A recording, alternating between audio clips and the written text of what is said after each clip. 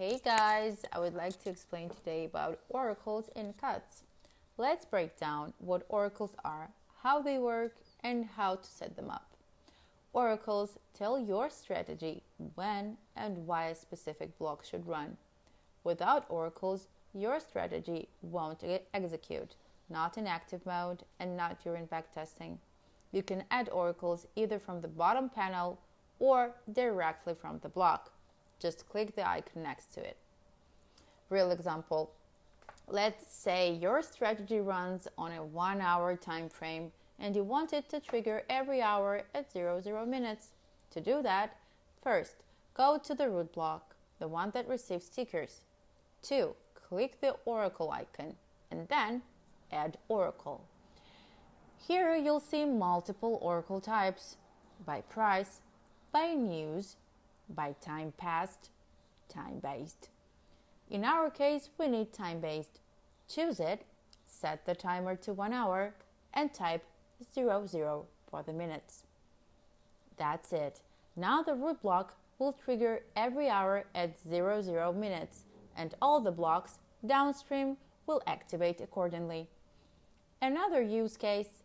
Let's say in your long branch, there is a block where the close price condition is quite rare, and you want to check it more frequently, like every 10 minutes. Same process. First, open the oracle menu for the block. 2. Select time-based, choose timer, and set it to every 10 minutes. So now, here's how it works. The root block triggers every hour, launching the entire strategy.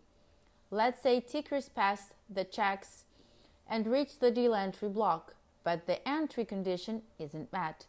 That deal entry block will recheck every 10 minutes based on its own oracle until the condition is finally met, or the root restarts and refreshes the ticker flow. Deal exit example. Now let's talk about deal exit blocks. Let's say your condition is close the deal if the asset drops minus 2% from the entry price. But deal exit blocks don't run automatically. They still rely on oracles. Maybe you already set it up a time-based oracle for every hour at 00 minutes, every 10 minutes. But you want the exit to happen immediately when that minus 2 drop occurs. Here's what you do. First, open the oracle menu. 2. Add a price-based oracle.